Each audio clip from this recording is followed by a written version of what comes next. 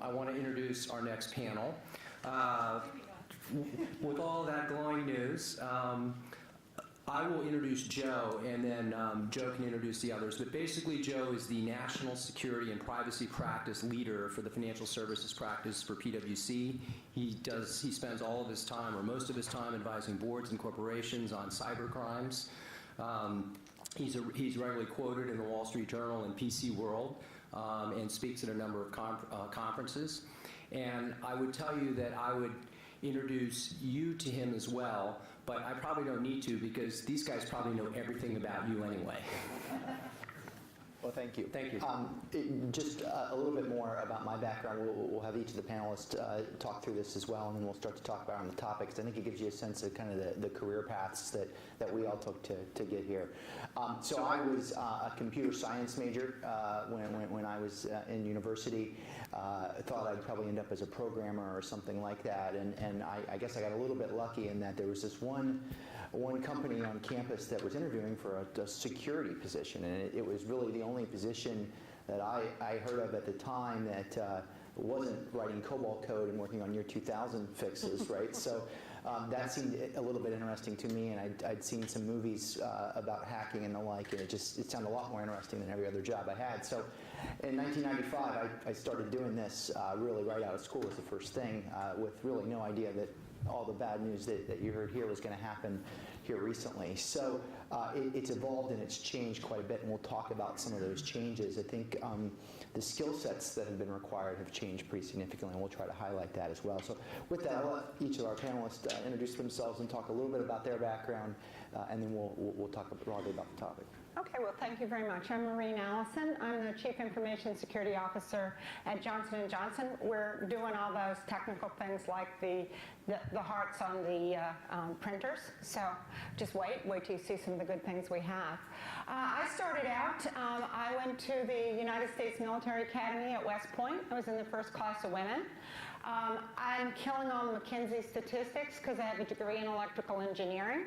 I started out at West Point. They designate your branch that you go into in the military by your class rank. I wasn't high enough in the class to get into the Signal Corps or computers, so I got slotted into the military police. I started out as a military police officer in the United States Army, and then went and became a special agent in the FBI. I did undercover drug investigation and terrorism exercises. If you remember the captain of the Vincennes, Captain Rogers, and he shut down the Airbus, his wife's van was bombed. I was the lead investigator on that investigation. Moved to Newark, New Jersey. Beautiful Newark, New Jersey, and did undercover drug. Look at this face. Not working for me well. I was recruited by probably somebody in this room or somebody who knows somebody in this room to be the Vice President of Loss Prevention for the Great Atlantic and Pacific and Tea Company up in Montville, New Jersey. I did physical security, asset inventory, shrink, retail shrink. The best MBA I ever had you could get is retail. In fact, I tell anybody coming out of college, go into retail for a couple of years. You will learn things you will never learn by paying for an MBA. I then spent almost 10 years there and went to Avaya Telecommunications, where I helped lead the support of the World Cup.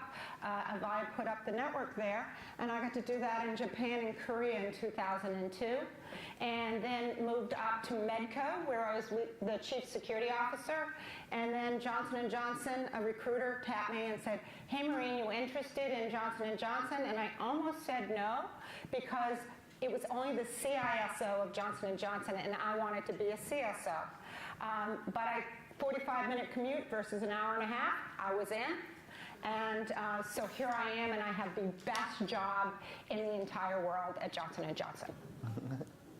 Thank you. So Steve Ward, I am the Chief Information Security Officer for TIAA-CREF, probably the least known Fortune 100 firm out there. So my career is very different than the norm, I think, because I'm not a technologist, and I say that a lot when we do these things. out of high school, I was about to go to college, and I saw a commercial of a guy jumping out of a helicopter, and I turned to my parents and said I want to join the Coast Guard. And I went the route of the Coast Guard, was a rescue swimmer there, got stationed in the Caribbean, which was not very difficult. Some sharks, but at least nice weather. Got out of there and went to Seton Hall here in New Jersey. I'm a Jersey guy. And got done with Seton Hall and was still pretty unclear of what I wanted to do. So I'm luckily avoided the route of becoming a lawyer. So I was on my way to law school, and a priest recruited me into the Secret Service, which is a strange way to get recruited. But he was a chaplain for the Secret Service in the New York and the New Jersey field offices, and said, hey, why don't you go do it? I was a bit of an adrenaline junkie, and it sounded great. So got in there, went through the process, went into training, and everyone went around, as you know, and my dad was in the Secret Service, my brother, my uncle, kind of a lot of legacy folks. And I got up and said, it's just me, and they said, why do you want to be here? And I gave sort of that dumb answer of, seems kind of cool, and a little exciting. So did that, did a lot of protection, a lot of investigations. I was also in Newark, New Jersey, so Lovely place. Brick City. And my boss at the time could not print something. It's a true story. He yelled outside his office, Ward, come in here, I can't print this. Clicked on a couple things, printed the document, and he said, you're really good at computers. I want you to go down to DC and go to this computer school with the Department of Defense. That's exactly how I got into the cyber side of the house. So, like in any government, you don't turn down training. And I went down there, and I was among CIA, NSA, FBI, Secret Service, and I really didn't know anything about computers. But I actually, kind of fell in love in that moment of, wow, this is pretty interesting.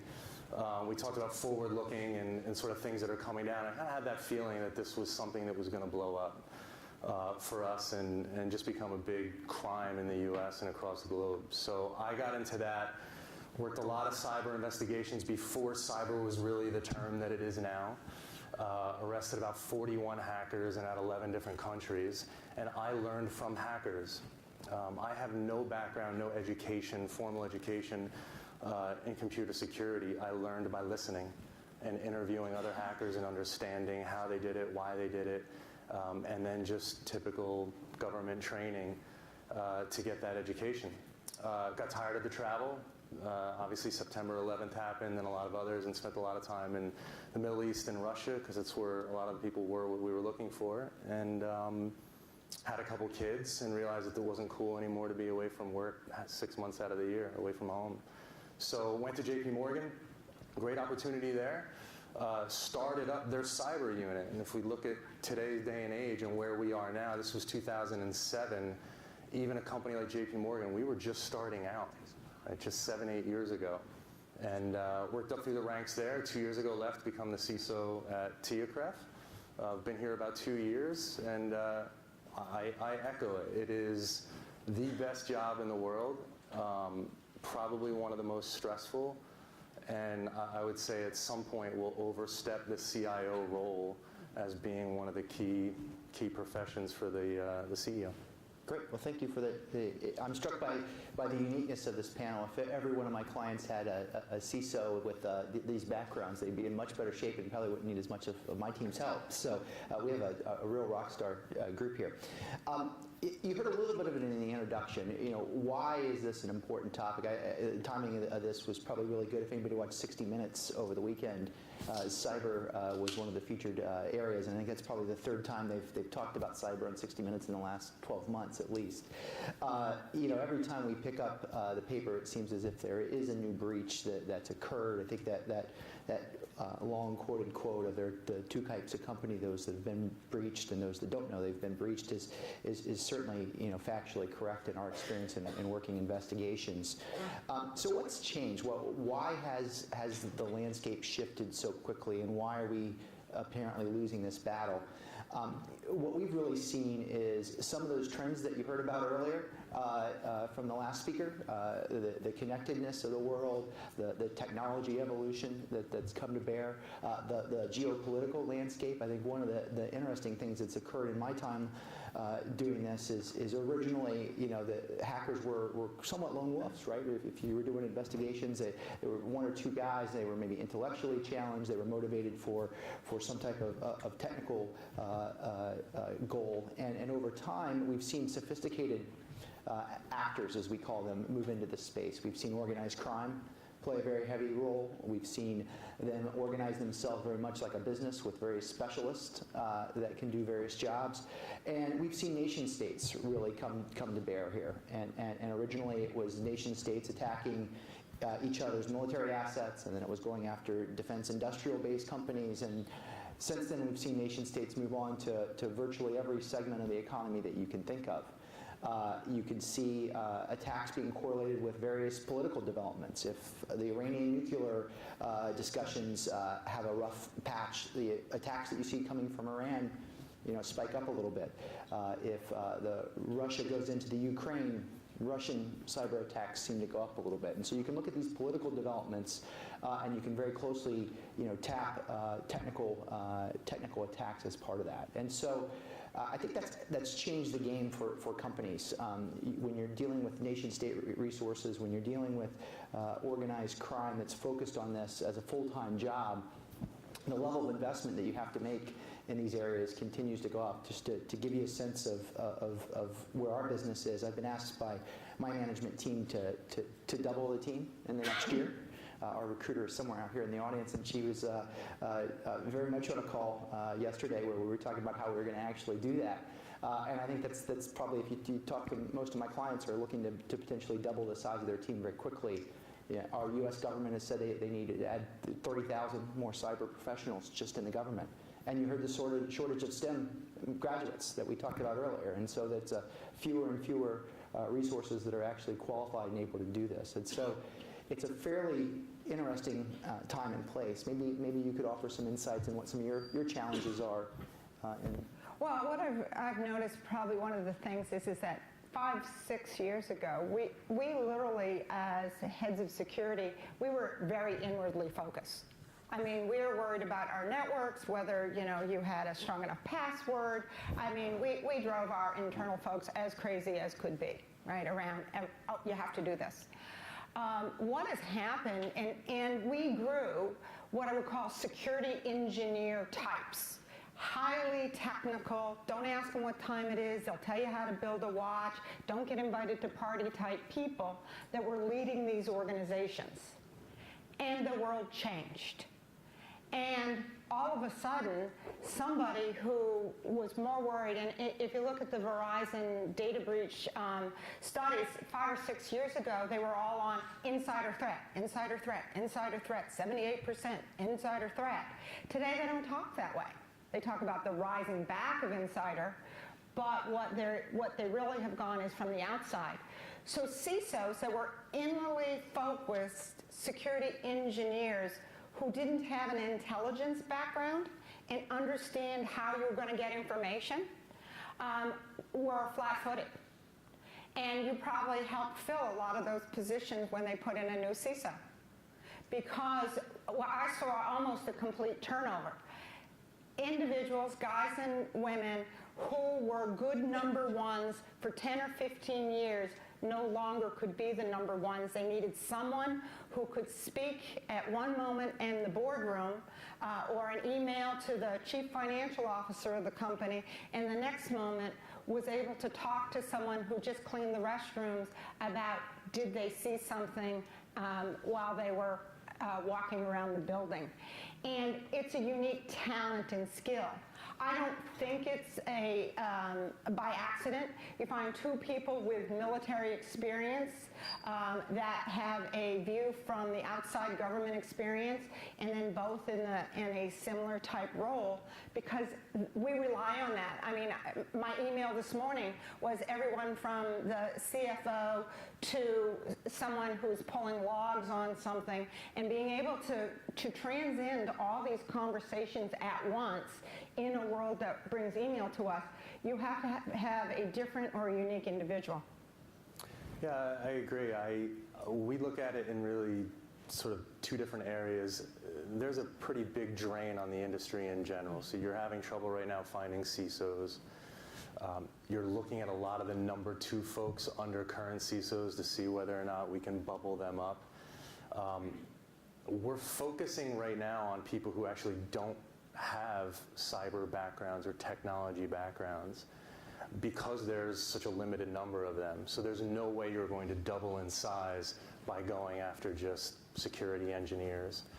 Our big focus right now has been on aggressive, talented, analytical youngsters, I'll call them, right, out of college, but don't necessarily have to have that technology background. We want that background and we want the engineers, but you're just not getting them. You're only going to get about 60% of your group filled with that.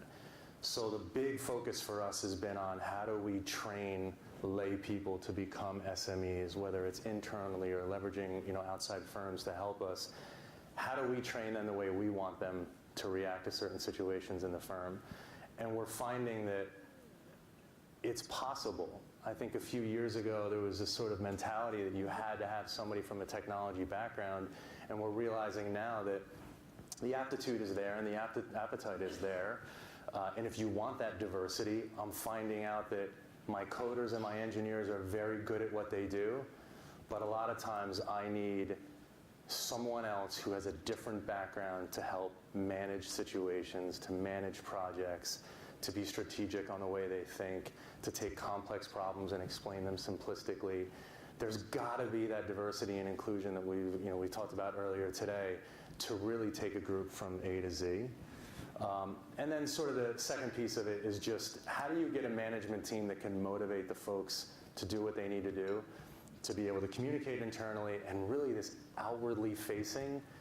Most CISOs now that I talk to are more outwardly facing than they are inwardly, because we have to talk to our clients, our institutions, our customers, our vendors, shareholders, whatever it is, to explain to them something that's pretty complex of, hey, look, this is what we're doing, and we're either good, bad, or ugly. I make the statement all the time that we have to stop treating cyber if it's a security function and run it like a business. And I don't think CISOs, I know we'll get into the reporting structure, CISOs will never get to the level that a CIO is, or a COO is, or a CFO, or a president of a line of business until we start treating our business unit as a business and acting as business leaders, and kind of shy away a little bit from acting like security folks and constantly managing outrage up. And the sky's falling. If we don't get $40 million tomorrow, China's going to hack us and steal our data. So maybe staying on you for a second, Steve, talk a little bit about how your team is structured. What are the key services you provide the organization? What are the skills that you see as essential as the team itself? And then maybe touch on your reporting relationship. Where do you report within the organization? Yeah, so currently I report to the CIO. We were talking about this before, Eric and I, it's funny, I didn't, not to be too detailed here, but I didn't negotiate salary coming into TIA. What I really had to negotiate with them is structure on what I thought I needed under my purview to be successful. And I think you're probably going to see that more and more. Not that people don't care about money, but I'm a big fan of do it, the money will come. So we have our traditional security operations, your eyes on glass folks, right? We see them as men and women who are typing on a computer looking to see whether or not you got hacked. That's about 30 people. I've got about 40 security technology folks, security engineers, your traditional cyber engineer folks that manage most of the security technologies in the firm. And then the unique part of it is I have an IT risk function. So about 30 people that handle all technology risk across the firm. So is it good, bad, or ugly on whether or not you plug something in or open up a connection to a vendor or someone like that. Traditional BMO, your chief of staff with your program managers, who I say is sort of, they manage the inmates, right? Without the BMO and the chief of staff side, which is your finance and your headcount and strategy and all of that, I call it popping bubbles. If you've ever blown bubbles in the street with your kids, hopefully not the street, we'll say driveway. Blowing bubbles in the driveway, they just run around and randomly pop them without this chief of staff and BMO group to kind of manage expectations along with IT risk to say let's focus on the riskiest things to the business, not to security, but the riskiest things to the business. These are the sequencing of how we're going to complete our tasks. That's the structure we have. It's up to the CIO, and to me, I don't really care where I report. It matters about the personality and the direction of the CISO and how that meshes with the CIO, the CEO, the CFO, whoever it is. And I think we'll probably get into that a little bit more. Maureen, maybe your board? So, Ward and I have never met before we stood in the back and I said hello. Yeah. Like him. Everything he just said is pretty much the similar.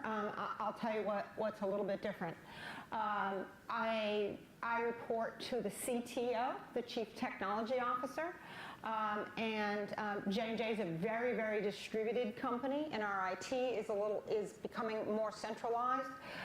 It works for our model. I literally don't care where I report as long as I report to somebody who can influence what we need to get done at J&J. Again, it's about business risk. We have a lot of people who want to talk about compliance risk because we're very regulated. You know, we make drugs. We ought to be regulated. And we have security risk. I'm like, I don't care. What's the business risk? And a lot of times it'll get down to, is the business willing to take that risk? And sometimes they're willing to take a risk that the corporation should not, and then we'll have a higher level discussion. But my department is not about saying no, it's about yes, and here's how. And we too have the IT risk. I have approximately 250 people and 125 contractors that are in my organization, and we're located in over 30 countries around the world. So we're very distributed, and it literally is how to help IT to make sure that the business does not have risk in their environment. What would you say are some of the key skills that you think you have that have helped you be successful? Communications, to be able to communicate, and then people say you don't communicate enough, but continue to communicate. The other one is leadership. It's not the leadership that's born of a good manager. It's coming from, for me, the United States Military Academy, serving in the Army, serving in the FBI, being literally under fire. That's a difference. I'm not afraid to make a decision, and I'm not afraid if the decision is wrong. It'll be the best decision with the right information. And sometimes in a risk organization, people become risk adverse. We will take no risk. You can put your company out of business doing that. And so, but they also want the risk person to be able to use judgment and skills to be able to say what's appropriate for the business. And when the line is drawn, please do not cross this line. Understand this is bad. But to be able to allow people to come to that decision themselves. And I think that takes leadership and communication skills. Yeah, for me, it's different depending on the company that you work for, on which leadership capabilities you exploit. At TIA, the ones that I'm kind of pulling out is persuasiveness, right? You're a salesperson. The cyber end of it and the backgrounds that we have are always tools in the tool belt that you can kind of pull out and use. But the bottom line is finding someone who can listen to what someone's saying and find an angle on how to get them to do what you want. The bottom line is the businesses very rarely want to do what we want them to do. They want the least path of resistance. They want to be able to make the most returns. And we are typically barriers to progress in their businesses. So it's the persuasiveness and the relationships that you can build to be a good salesperson, to understand what their challenges are and what their road is at the end of the day, and how to get them there as safely as possible. Use the analogy all the time with them in the Secret Service, we never dictated where the president went from A to B. We were told by the White House staff that he wanted to go from here to here, and we wrapped security around that movement on where they told us they wanted to go. And I use that analogy a lot with the businesses. I know you're going from A to B. Just let me help you wrap security around that, and let's do it as secure as possible as you go. We really have to start understanding the business more. I think the more CISOs we get, the more focused we are on cyber, the more myopic we become, that it's all about me, and that I'm the most important person in the room. And the majority of the time, you're the least important. So you have to start understanding that and coming to terms with the fact that the business is driving it, and the business has to make money in order for you to get paid, and that you have to gently wrap security around that, sometimes very heavily and sometimes lightly, as they go from A to Z. You started to touch on it, or at least hint at it. What's the most difficult part of the job? You know, it's tough. People ask, like, you know, what keeps you up at night? And I always joke, I've done a lot of bad things in my life, working for the government for so long, so I sleep like a baby. I think the most difficult part right now is managing the outrage down. I think the pendulum has swung so much that Bloomberg did an article this morning on, you know, military folks coming out of the military and coming into the, you know, our world, and inserted in the middle of it is JP Morgan hired 2 US Air Force folks, and they're too rigid in some ways, and they're running it like a military organization, not like a company. You get 5, 6 emails every morning that someone does an article, and it's, JP Morgan got hacked, how would we fare against that, is the typical question that we get. It's taking the outrage, and I forget who coined the term, but managing the outrage down a little bit now. Where 5 years ago, I used to manage it up to get budget. Right. Yep. Now I find myself managing it down and trying to calm folks down and be like, level head, we're taking this one step at a time. We have a strategy that we're confident in.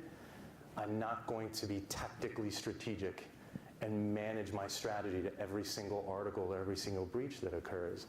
That's becoming really, really hard because the press, I think I saw someone from the Wall Street Journal here, sorry, but you guys are killing us, right? Is every article you write, we have to manage the outrage around. Anything you would add? I absolutely agree. It's one of the things is that everybody wants to get energized, and you know, who is on your board and what company are they on other board that they got hacked on. So all of a sudden is, will that happen here? And to be able to understand that, and to be able to have kind of your 30-second elevator speech, that you can speak to that because you're going to get asked, and to be able to manage those expectations. Now, after someone has been, you know, you've been in the military or law enforcement, you kind of have a different view of things, and to be able to say, well, wait a minute, there's no blood, there's no fire, and there's no bullets. And there's no loss of money here. Let's take it down a notch. Let's just look at what we have, and let's just investigate. And what you find out is as soon as people realize that somebody's in charge and isn't getting all excited, then everybody calms down, right? The one I have, you know, the what it keeps me up at night is something that's not real, that people have made in their minds is real. And then you're trying to manage all the things, and you can't get people to understand that here's the facts. Because everybody watches CSI, right? Everybody's an investigator today. And so it's kind of like just, hey, let's take a chill pill, let's move through here, calm, let's get to the facts, and then there'll be plenty of time. If there's a problem, there'll be plenty of time to deal with it. Great. You both have obviously made some career moves into the CISO position from other firms. What were you looking for in that role? I think you touched on it a little bit, but maybe just expand a little bit about your search and how you ended up. So my first search, and I believe probably Russell Reynolds is in the room, so I was an FBI agent doing undercover drug investigations, and I worked every weekend, and I did them in Newark, New Jersey.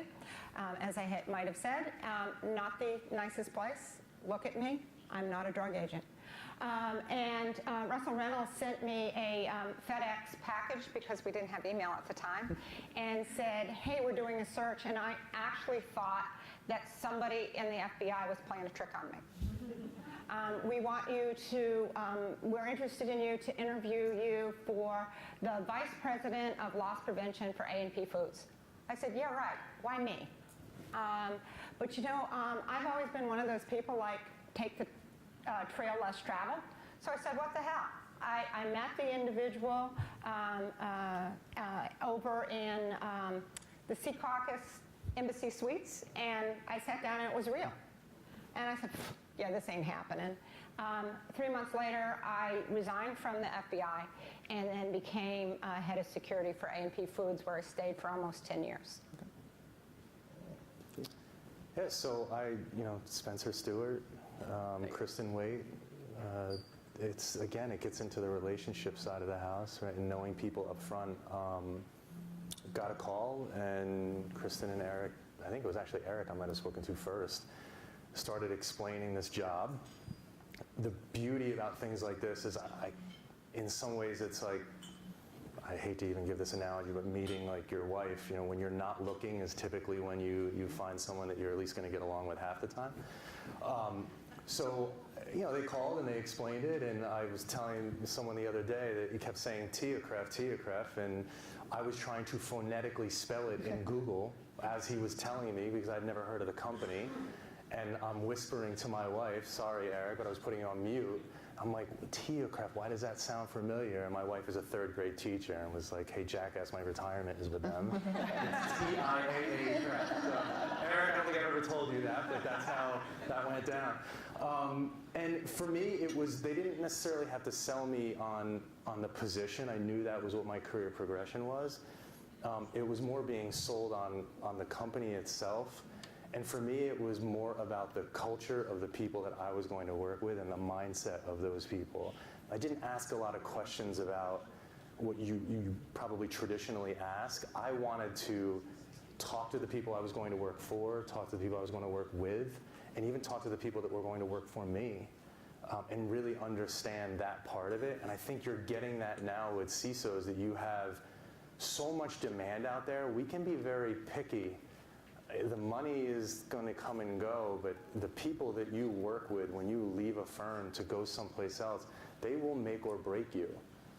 Not necessarily your boss, but the people you work with, your peers, and the people that are working for you. That was what my big focus was on. So I called everyone I knew. Do you know so-and-so? LinkedIn is a godsend, right? Who's connected to who there? Is this person good, bad? Looking at backgrounds. That was most of the work that went into it. To really understand the company and who we worked for. But the process is easy, especially with this job.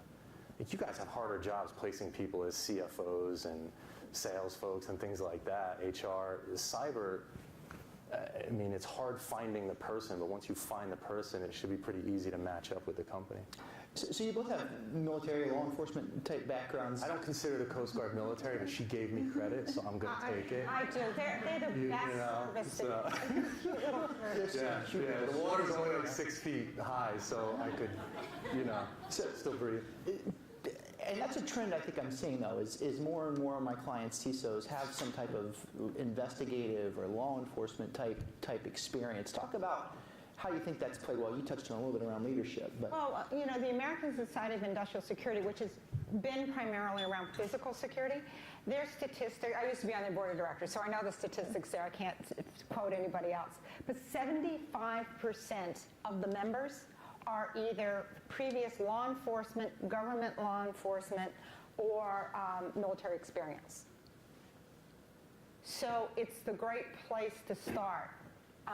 And it is actually like one of those areas where I do a lot of recruiting with military veterans and law enforcement, and I have a lot of people on staff that come from those roots. Because you start with a basic understanding, and they can seed well in an organization. So the numbers are out there when you look around. But I'll also tell you, I know a number of folks who have no military experience, and they're very, very successful. Yeah, I like the government type military background because of the discipline. I think that what I see the most from younger folks that are coming out is they're lacking the discipline. And this is a very disciplined field. You miss one line of code, that you're one line out of a log of 50,000 lines, and that could mean that you underreport on a breach for loss of data. So the attention to detail and the discipline is tremendous right now in this field. So I like that end of it, but I will tell you, and I probably get shot at for making the statement, I like the background, but I wouldn't want to be the one who placed them first. I want them to go to a company and make that transition. Yep. Make all your mistakes someplace else is typically what I say. So I'm always looking for someone who has, similar backgrounds of ours, that has worked at one or two other companies and learned how to be a good business partner. Because you come out of the government and you come out thinking that I'm the smartest person in the room. And, Secret Service has had some bad press lately, so I'm going to kind of leave them alone. But I walked into the first meeting at JP Morgan and realized I was actually the dumbest person in the room. And it takes a while to kind of understand JP Morgan, 300,000 people, same breadth and depth of other big firms. You have a lot to learn coming out of the government on how a company is run and how to do things as partners and how to get people to come along with you because they believe in what you're doing rather than the fact that I have a gun and badge and I'm just going to kind of tell you. I like them going someplace and making those mistakes someplace else. So place them at a firm that you don't like before you place them at a firm that you do. Right? That's sort of the point. So we've seen a kind of an inflection point and a buildup of attention and focus in this space and need for resources. Do you see this? Is this a bubble that's going to go away soon, or what do you see out in the future? 5 years out. I do. I sat with the chairman of Vodafone at a few CISOs. We had dinner with him, and the conversation was around how to present to the board, which is probably half of our conversation, trying to figure out how to get to them. And the first thing he said to us is, you're in a bubble. Enjoy it. Right now, you're the most popular kid in the school. In 5 years, you won't be. So make as much money as you can and enjoy it as much as you can because it will fade just like everything else has. So we're definitely in it. I think it's more than 5 years. I think it's probably 10.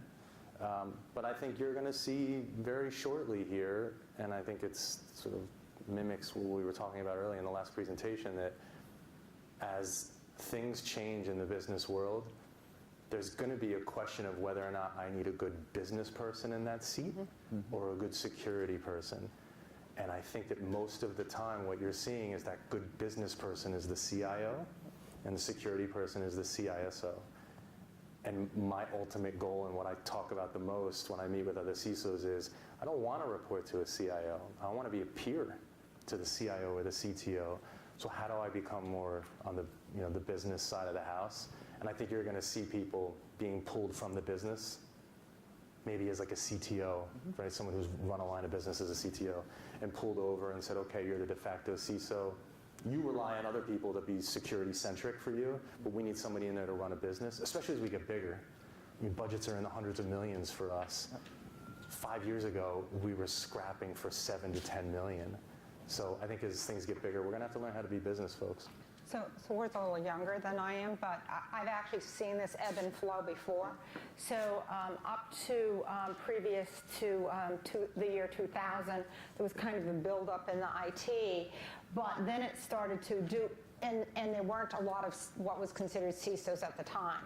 There might be some head of security. Actually, probably the technology wasn't there that you actually needed one. As the external environment changed and the viruses started to come out, does anybody remember the love bug? I mean, that's. But what I saw on the physical security side, before 9/11, companies were losing their heads of security left and right. They were laying them off. They didn't need them. They didn't want them. They couldn't afford them. One of the things that I think we were a little bit different here in New York was we had the first World Trade Center in '93, so we at least had some stability. We had some strong investment in physical security in our buildings in what we did. And I was always amazed because after 9/11, I got frequently asked, being on ASIS's board, was, well, this increase in spending, is this going to end? And I said, well, in New York, there wasn't an increase. They already did it. And it will get to a certain level. And then security gets assumed as part of the operating budget, and it's no longer something that security people are recommending.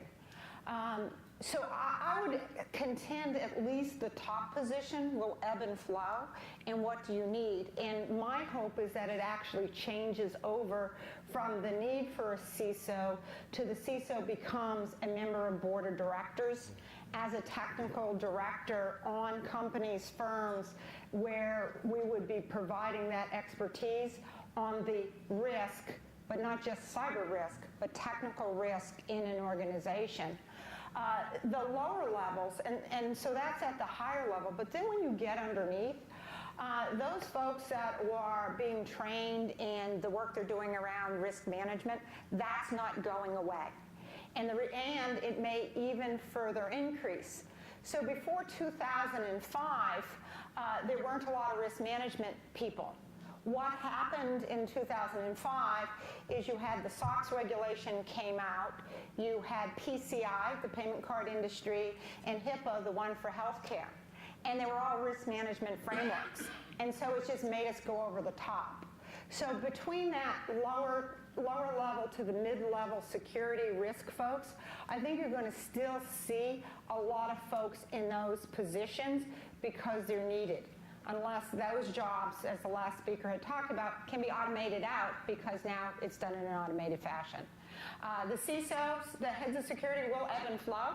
I'm hoping that it makes it to the next term, a board-level position. I'll be free to leave the CISO suite to go to the boardroom, but we'll see what it will take us. Before we turn it over to questions of the audience, any last points, a key takeaway you want the audience to have from the discussion? I mean, look, if the big focus for me right now, and it really depends on the level of maturity of the firm, is to the point before they're saying 97% of firms have been breached. I don't love that number because it's very hard to quantify. The only ones that are really report on it are the ones that are regulated and forced to. So it's sort of a flip a coin number, but we are getting into the business of just assuming that you're owned, compromised, and that you're losing data. And the big focus for us over the last 6 months is the response to that. And that is typically crisis management, communication to all your different constituents, major work with your PR group, getting things like dark sites where you have a site that's already got all your communications for a breach that's just not online, so that once you do get breached, you just put it online, you update the data, and you're communicating with your customers. That side of it, tremendous amount of budget, tremendous amount of recruiting from me and other CISOs to make sure we have our own PR people. We're writing our own sort of messaging with the PR folks. We're working a lot with Weber and other outside firms to come in and help us, finding out which firm handled the Anthem breach and the Target and the Home Depot. What did they do wrong and lessons learned for that. So I'm spending a little bit more money on the managing the message and the after breach, the response end of it, than I am on sort of that initial, let's keep them out from the network. I think that's a great point. It's certainly one of the shifts I've seen is it was all about prevention, right, for years. And I think there's this realization that there's always a weakest link somewhere in the system that we're going to miss. And so let's not invest so heavily in prevention that we don't have the resources left to respond and contain and clean up and manage. I also think that it is our relationships with the other constituents in our company. Chief privacy officers, chief data officers, these all are up-and-coming positions. You'll also see when you're trying to recruit to fill some of the CISO positions, some of these, depending upon the company, have a very similar job for CISOs. So if you are looking, you don't have to always look for the security, the person with the security. Look for the privacy, look for the data systems, people who are in that area. You'll find people, and word is right, is you need a good leader who's going to be able to get in there and work well with the business and understand the company business. As I said, I'm in healthcare, and anyone who's got a life scan meter or had a colonoscopy this year even, J&J, we touch 1 billion people every year with our healthcare. The speaker talked about the Ebola vaccine. My company is in trials with it. And when you have that much responsibility, you have to find people that really get the business, because if I tell them they can't use Dropbox to share the information, they're going to laugh at me, right? We're solving Ebola. And so you have to put it all in perspective.